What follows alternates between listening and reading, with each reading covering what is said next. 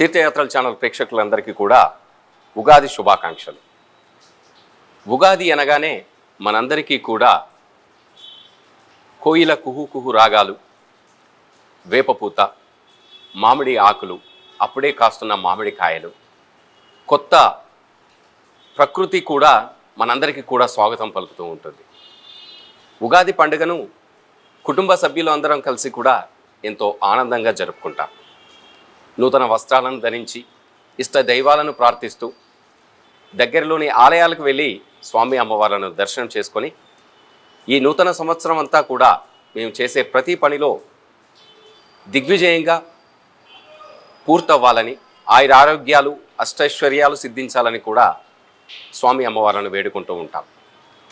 ఉగాది నామ సంవత్సరం అనగానే మనందరికీ కూడా మన యొక్క జాతక ఫలాలు, రాశి ఫలాలు ఎలా ఉన్నాయి, ఆదాయ వ్యయాలు, అలాగే రాజ్యపూజ్యం, అవమానం, ఇవన్నీ కూడా తెలుసుకోవాలని ఆసక్తి మనందరికీ ఉంటుంది. తీర్థయాత్రల ఛానల్లో 2026 సంవత్సరంలో పరాభవనామ సంవత్సరంగా ఈ ఉగాది ప్రారంభమవుతుంది. ఈ పరాభవనామ సంవత్సరంలో 12 రాశుల వారికి వారి వారి జీవిత ప్రయాణంలో ఎలా ఉంటుంది, అలాగే ఉగాది పర్వదినం రోజున మనం ఎలా ఆ ఉగాదిని, ఆ పండుగను ఎలా జరుపుకోవాలి, ఇలాంటి ఇంకెన్నో విషయాలపై ఈరోజు తీర్థయాత్రల ఛానల్లో గురువుగారు మనతో పాటు ఉన్నారు. కరీంనగర్ జిల్లా కేంద్రం మార్కెట్ రోడ్లో గల శ్రీ వెంకటేశ్వర స్వామివారి దేవాలయ అర్చకులు నాగరాజాచార్యులు గారు. వారిని అడిగి ఉగాది పర్వదినం గురించి, అలాగే 12 రాశుల యొక్క రాశి ఫలాల గురించి కూడా గురువుగారి మాటల్లో తెలుసుకుందాం. గురువుగారు నమస్కారం. జై శ్రీమన్నారాయణ. తీర్థయాత్రల ఛానల్ ద్వారా మా ప్రేక్షకుల అందరి తరపున కూడా మీకు ఉగాది పర్వదినం, ఈ పరాభవనామ సంవత్సర శుభాకాంక్షలు తెలుపుకుంటూ, ఈ సంవత్సరం ప్రత్యేకంగా చెప్పుకోవాలంటే ఒక్కొక్క రాశికి ఒక్కొక్క రకమైన ఫలితాలు ఉంటాయి. ఈ ఏడాది మన తెలంగాణ ప్రజలు అందరూ ఈ పరాభవన సంవత్సరంలో సుఖ సంతోషాలతోని, ధనధాన్యాలతోని, వ్యవసాయ ఉత్పత్తులు కానివ్వండి, వ్యాపారం కానివ్వండి, ఆ స్వామివారి దయ వల్ల మంచిగా జరిగి ప్రతి ఒక్కరూ ప్రశాంతమైన జీవితం గడపాలని ఆ ఏడుకొండల వాడిని మనస్ఫూర్తిగా వేడుకుంటూ ఈ రాశి ఫలితాలు చెప్పబోతున్నాము. ముందుగా అశ్విని, భరణి, కృత్తిక. అశ్విని 4 పాదాలు, భరణి 4 పాదాలు, కృత్తికలో 1 పాదం వచ్చి మేషరాశి కింది వస్తుంది. ఈ రాశి కూటంలో ప్రప్రథమంగా మేషరాశిగా చెప్పుకోవడం జరుగుతుంది. ఈ సంవత్సరము మేషరాశి వారికి ఆదాయము 11, వ్యయము 5 +6. ఆర్థికంగా ఈ మేషరాశి వారికి ఈ సంవత్సరం చాలా బాగుంటుందని చెప్పొచ్చు. మరియు రాజ్యపూజ్యము 2, అవమానము 4. 50-50 50 కంటే ఎక్కువనే. 2 రాజపూజ్యము, 4 అవమానంగా ఉన్నది. వీరికి ఈ సంవత్సరము గురుబలము అత్యంత బలంగా ఉంది. తలపెట్టిన పనులన్నీ త్వరితగతిలో వీరు పూర్తి చేయగలుగుతారు. నిరుద్యోగులకు ఉద్యోగ అవకాశాలు మరియు వ్యాపారులకు లాభాలు మెండుగా, కుటుంబంలో శుభకార్యాలు జరిగే అవకాశం ఈ మేషరాశి వారికి ఉంది. కానీ వారికి కొన్ని గ్రహాల బలహీనతల వల్ల ప్రతి మంగళవారము కుజుని యొక్క ఆరాధన చేయడం వల్ల వీరి జాతకంలో అత్యంత అద్భుతాలు జరుగుతాయని చెప్పడం జరిగింది. రాశి కుండలిలో 2వ రాశి వచ్చి వృషభ రాశి. ఈ వృషభ రాశి వారికి ఈ సంవత్సరము ఆదాయము 5, వ్యయము 14, మరియు రాజ్యపూజ్యము 5, అవమానము 4గా చెప్పడం జరుగుతుంది. ఈ వృషభ రాశి వారికి గురుబలము మధ్యస్థంగా ఉండడం వల్ల కష్టము మరియు సుఖము సమపాళ్లలో మిశ్రమంగా ఉంటుందని చెప్పవచ్చు. శని ప్రభావం వల్ల కొద్దిపాటి జాప్యము, పనుల్లో కొద్దిపాటి జాప్యము జరుగుతుంది. పట్టుదలతో వీరి గిట్ట ఆ పనిని సాధించాలని ముందుకు వస్తే తప్పకుండా వీరు విజయాలను సాధిస్తారు. అంతేకాకుండా వృషభ రాశి వారు 2026 పరాభవనామ సంవత్సరంలో ఆరోగ్యం మీద ప్రత్యేకమైన శ్రద్ధ ఉంచాల్సిందిగా చెప్పడం జరుగుతుంది. ఈ వృషభ రాశి వారు కుజుడు ఆరోగ్యకారకుడు కాబట్టి కుజుని యొక్క పూజను వృషభ రాశి వాళ్ళు ఈ సంవత్సరం చేసుకుంటే వాళ్ళ ఆరోగ్యము సక్రమంగా ఉంటుందని చెప్పడం జరుగుతుంది. మూడవది మిథున రాశి. మిథున రాశి వారికి ఈ సంవత్సరము 8 ఆదాయము 11 వ్యయంగా చెప్పడం జరుగుతుంది. మరియు ఆర్థిక విషయాల్లో చూడ వీళ్ళు మిథున రాశి వాళ్ళు ఆచితూచి అడుగు వేయాల్సి ఉంటుంది. రాజ్యపూజ్యము 1, అవమానము 7. మిథున రాశి వాళ్ళు తప్పనిసరిగా గమనించిన విషయం, రాజ్యపూజ్యము 1, అవమానము 7. కనుక వీరికి అవసరమైన వీరికి సందర్భమైన సమయంలో మాత్రమే ఆ పరిస్థితుల్లో వీళ్ళు ఎంటర్ అయ్యి ఆ ప్రాబ్లాన్ని సాల్వ్ చేసుకోవాలి తప్ప అనవసరమైన విషయాలకు, అనవసరమైన జోలీలకు, అనవసరమైన వ్యవహారాలకు వెళ్ళి అవమానం తెచ్చుకోకూడదు. సమాజంలో వ్యతిరేకత అనేది వీరిపై బాగా ప్రభావం చూపుతుంది. కానీ వీరు గురువు యొక్క అనుగ్రహం పొందినట్టయితే ప్రతి గురువారం గురుగ్రహానికి ప్రదక్షిణ కానీ, గురువుకు సంబంధించిన దానాలు కానీ, గృహ జపాలు కానీ చేసుకుంటే గురు ప్రభావం వల్ల ఆ యొక్క ప్రభావం అనేది కొద్దిగా తగ్గుముఖం పట్టే అవకాశం ఉంది. విద్యార్థులకు ఈ సంవత్సరం మిథున రాశి వారికి మంచి అత్యంతమైన విజయాలు, పరీక్షా విజయాలు సాధించడం జరుగుతుంది. స్థిరాస్తులు ఏమైనా ఉంటే ఈ సంవత్సరం ఈ మిథున రాశి వారికి పరిష్కారమయ్యే సూచనలుగా కనబడుతున్నాయి. కర్కాటక రాశి. ఈ కర్కాటక రాశి వారికి ఆదాయము 2గాను మరియు వ్యయము 11గా ఉన్నది. అంతేకాకుండా రాజ్యపూజ్యము 4, అవమానము 7గా ఉన్నది. వీరికి ప్రత్యేకంగా చెప్పాలంటే కర్కాటక రాశి వారికి ఈ సంవత్సరము ఖర్చుతోను కూడుకున్న సంవత్సరం. కనుక వీళ్ళు ఖర్చు చేసే సమయంలో ఆచితూచి అవసరం ఉన్నప్పుడు మాత్రమే, అవసరానికి మాత్రమే పొదుపును దృష్టిలో పెట్టుకొని ఖర్చు చేయాల్సిందిగా సూచించడం జరుగుతుంది. వీరికి గురుబలము ఉండడం వల్ల కొన్ని పెద్ద పెద్ద ఆపదలు తప్పే అవకాశం ఉంది. కనుక వీరు ప్రతి గురువారం రోజు గురువు గారిని తప్పకుండా ఆరాధన చేస్తే బాగుంటుంది. విదేశీ ప్రయాణాలు చేసేవారికి ఈ మిథున రాశి వారికి ఈ సంవత్సరము తప్పకుండా కలిసి వస్తుంది. సంతానపరమైన సమస్యలు తొలగి సంతోషంగా ఉండడం జరుగుతుంది. ఇప్పుడు సింహరాశి వారిది.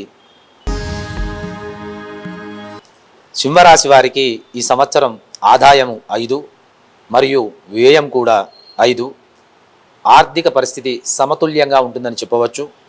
రాజ్యపూజ్యము 7 మరియు అవమానం కూడా 7. ఇది కూడా సమతుల్యంగా ఉందని చెప్పవచ్చు. రాజకీయ సమతుల్యత బాగా ఉంటుంది.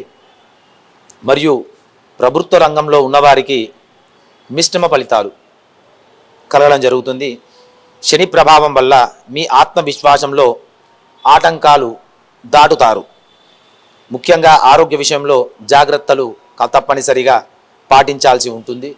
కనుక వీరు సింహరాశి వారు ఈ సంవత్సరం గురువు యొక్క అనుగ్రహం పొందితే ఈ సంవత్సరం యొక్క ఫలితాలు కొద్దిగా మార్పు వచ్చే సూచనలు కనబడుతున్నాయి. తదుపరి కన్యారాశి.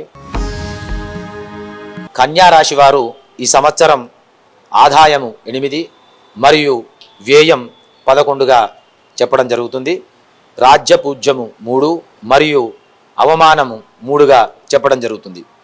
గురువు మరియు సూర్యుని యొక్క అనుకూలత వలన ఉద్యోగాలకు సంబంధించి పదోన్నతులు కానివ్వండి, సమాజంలో మంచి గుర్తింపు లభిస్తుంది. అంతేకాకుండా కుటుంబ సభ్యుల సహకారము ఈ కన్యారాశి వారికి మెండుగా ఉంది. దూర ప్రయాణాల వల్ల ఈ కన్యారాశి వారికి లాభాలు చేకూరుతాయి. తదుపరి తులారాశి. తులారాశి వారికి ఈ సంవత్సరము ఆదాయము 5 మరియు వ్యయము 14గా చెప్పడం జరుగుతుంది. ఈ సంవత్సరము కొద్దిగా తులారాశి వారు పొదుపుపై శ్రద్ధ వహించాల్సి వస్తుంది. మరియు రాజ్యపూజ్యము 6, అవమానము 3. గురుబలం సామాన్యంగా ఉండడం వల్ల కొన్ని పనులు, కొన్ని వ్యవహారాలలో వీరు జాగ్రత్తగా ఉండాలి. ఆధ్యాత్మిక చింతన పెరుగుతుంది. మరియు దైవ దర్శనాలు మరియు పుణ్యక్షేత్ర దర్శనాలు వలన మీకు మానసిక ప్రశాంతత లభిస్తుంది. కనుక ఈ తులారాశి వారు ఈ సంవత్సరం ఎంత పాజిబుల్ అయితే అంతవరకు పుణ్యక్షేత్ర ప్రదక్షిణాలు, తమరి ఊర్లో ఉన్న దగ్గరలో ఉన్న దేవాలయ దర్శనాల వల్ల వారికి ఈ సంవత్సరం సాఫీగా సాగుతుందని చెప్పవచ్చు. తదుపరి వృశ్చిక రాశి. వృశ్చిక రాశి వారికి ఈ సంవత్సరం ఆర్థికంగాను మరియు అన్ని రకాలుగాను బాగుందని చెప్పొచ్చు. వీరికి వృశ్చిక రాశి వారికి సంవత్సరం 11 ఆదాయంగాను 5 వ్యయంగాను చెప్పడం జరిగింది. ఆర్థికంగా నిలదొక్కునే సంవత్సరం అని చెప్పవచ్చు. రాజ్యపూజ్యము 2 మరియు అవమానము 6గా చెప్పడం జరుగుతుంది. కుజుడి ప్రభావం వల్ల ఈ సంవత్సరము వృశ్చిక రాశి వారు జీవితంలో అత్యంత సాహసోపేతమైన కార్యాలను వీరు ఈ సంవత్సరం సాధించడం జరుగుతుంది.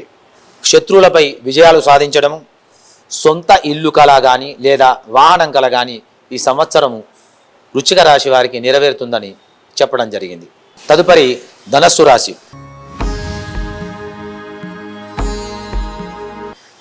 ఈ ధనస్సు రాశి వారికి ఆదాయము 14 మరియు వ్యయము 11గా, రాజ్యపూజ్యము 5, అవమానము 6గా చెప్పడం జరుగుతుంది. ఈ సంవత్సరము ధనస్సు రాశి వారికి మంచి ధనయోగము ఉందని చెప్పడం జరిగింది. వ్యాపారస్తులు ఈ సంవత్సరము ఊహించని విధంగా అత్యంత లాభాలను గడించడం జరుగుతుంది.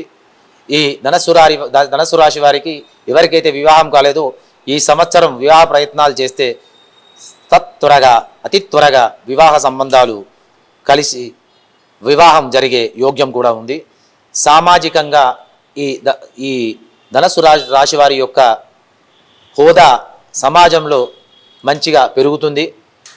వీరి యొక్క మాటకు కూడా సమాజంలో మంచి విలువ వస్తుంది. తదుపరి మకర రాశి. ఈ మకర రాశి వారికి ఈ సంవత్సరము ఆదాయము 2గాను మరియు వ్యయము 8గాను చెప్పడం జరిగింది. రాజ్యపూజ్యము 1 మరియు అవమానము 2గా చెప్పడం జరిగింది. ఈ మకర రాశి వారికి ఈ సంవత్సరము శని యొక్క ఎలనాటి శని ప్రభావము తగ్గుముఖం పట్టడం వలన కొద్దిగా మానసిక ఒత్తిడి తగ్గి, గురుబలం వల్ల ఈ సంవత్సరము పూర్వంలో పెండింగ్లో ఉన్న వ్యవహారాలు కార్యక్రమాలన్నీ ఈ సంవత్సరము పూర్తయ్యేలాగా గురుని యొక్క ఆశీర్వచనము ఈ మకర రాశి మీద ఉంటుంది. మిత్రుల సహకారం అందుతుంది మరియు వీరు మకర రాశి వారు ఓర్పుతో వ్యవహరిస్తే ప్రతి కార్యంలో వీరు విజయం సాధిస్తారని చెప్పడం తథ్యం. తదుపరి కుంభరాశి. ఈ కుంభరాశి వారికి ఆదాయము 2 మరియు వ్యయము 8గా చెప్పడం జరిగింది. రాజ్యపూజ్యము 4, అవమానము 2గా చెప్పడం జరిగింది.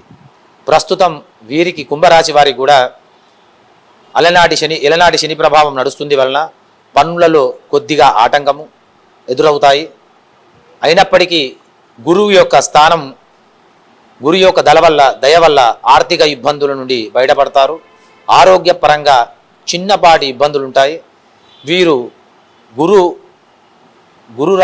కుంభరాశి వారు తప్పకుండా ప్రతిరోజు హనుమాన్ చాలీసా పారాయణం చేసుకుంటే వారి యొక్క గృహస్థితి చక్కబడుతుందని చెప్పవచ్చు. తదుపరి మీనరాశి. చివరిదైన మీనరాశి.